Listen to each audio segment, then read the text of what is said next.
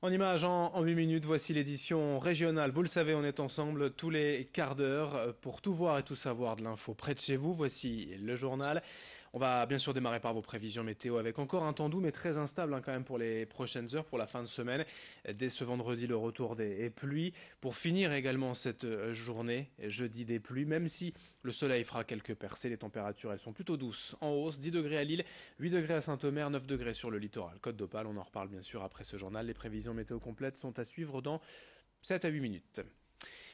À la une, d'abord, durant l'hiver dans la région, les familles sans abri sont particulièrement vulnérables face aux conditions climatiques. Alors pour les accueillir, leur apporter un peu de réconfort, il existe plusieurs centres d'accueil dans la région, notamment près de Lille, ici à Elem. Du 6 décembre au 29 mars, 60 personnes ici sont hébergées, dont la moitié d'enfants.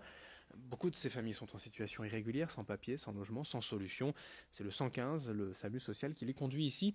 La seule condition pour être accueilli est d'avoir au moins un enfant à charge. Une fois mises à l'abri, ces familles sont accompagnées par les équipes du centre afin de leur trouver un logement stable et durable. Une fois le printemps revenu, le centre fermé. Explication à ce propos sur la démarche au micro de Lucille Berthe-Constant.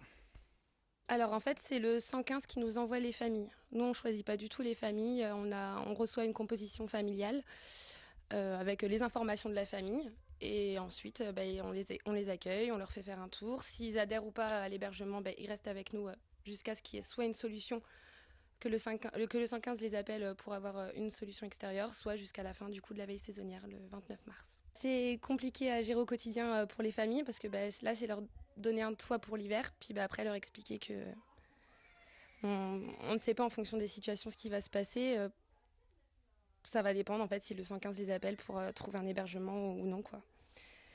C'est ouais, compliqué à gérer, c'est de leur donner quelque chose pour après leur reprendre. Mais on peut pas faire autrement. Autre image liée d'ailleurs à la solidarité à Calais, on évoque les appartements pédagogiques de la Fondation Agir contre l'exclusion pour les personnes âgées, créés en partenariat avec des bailleurs sociaux et des médecins.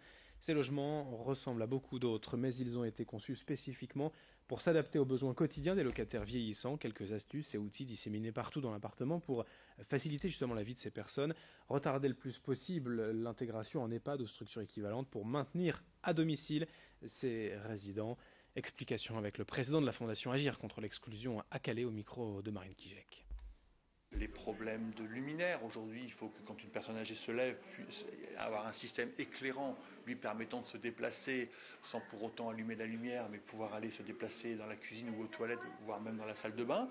Après, il existe aussi des télévisions, effectivement, où avec la même télécommande, il est possible d'ouvrir la porte, d'allumer la télé, de téléphoner et peut-être de suivre la température du four. Enfin, en tous les cas, aujourd'hui, la domotique se spécialise dans ces domaines. Les besoins sont divers et variés. Autre image à Lille, cette fois pour évoquer la nouvelle réglementation sur le périphérique sud de Lille, la limitation à 70 km/h depuis le 1er février, 7 km entre le port fluvial et la sortie Lille-Centre, limitée à 70, et les premiers contrôles de police ont eu lieu cette semaine, des contrôles pédagogiques, je vous rassure, aucun automobiliste n'a été verbalisé mais simplement informé, sensibilisé. Les motards ont rappelé, voire même ont appris à plusieurs automobilistes cette nouvelle limitation votée en décembre par l'AMEL et qui a pour objectif de réduire la pollution mais aussi le nombre d'accidents et de fluidifier le trafic. Quel intérêt précis avec une capitaine de police? Le détail des explications, c'est au micro de Xavier Silly. Pourtant, il y a eu pas mal je pense, de communication par rapport à cet abaissement, une explication qui a été faite, ça a été assez médiatisé. Et pour autant, c'est une infraction qui est quand même locale et qui n'a pas du tout été prise en compte. La répétition fixe la notion. Maintenant, les contrôles pédagogiques, c'est bien, mais ce n'est pas le seul but de l'opération. On en fait plus ou moins. On ne relève pas toujours toutes les infractions. On essaie de sensibiliser les gens à cette nouvelle mesure, c'est sûr. Maintenant, à un moment donné, il va falloir sévir et expliquer que l'incompatibilité entre la vitesse, des fois les comportements un peu déviants des uns et des autres, là il faut qu'on verbalise.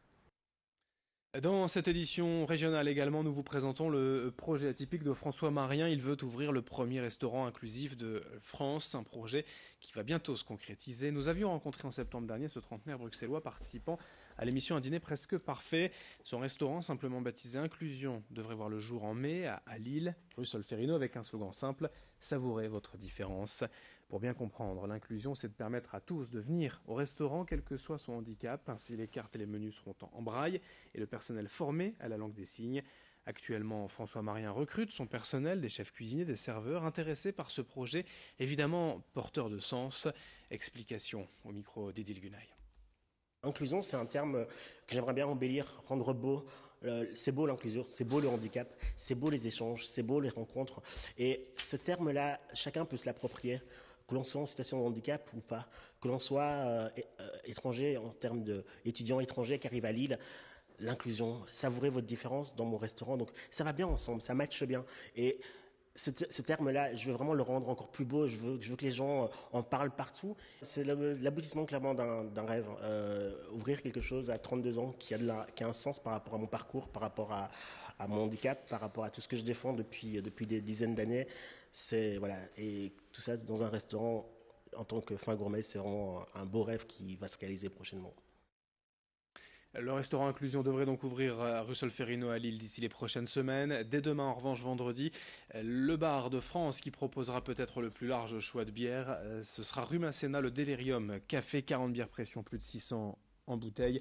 Vincent Vieillard était à la soirée d'inauguration privée ce mardi. L'ouverture, c'est ce vendredi. Il devrait y avoir du monde. Il y a une vraie attente, un vrai buzz autour de ce bar, le Delirium Café, même si je vous rappelle évidemment l'alcool est à consommer avec modération. Pour finir, un peu de sport, je vous rappelle la défaite du LOSC en 8e de finale de Coupe de France.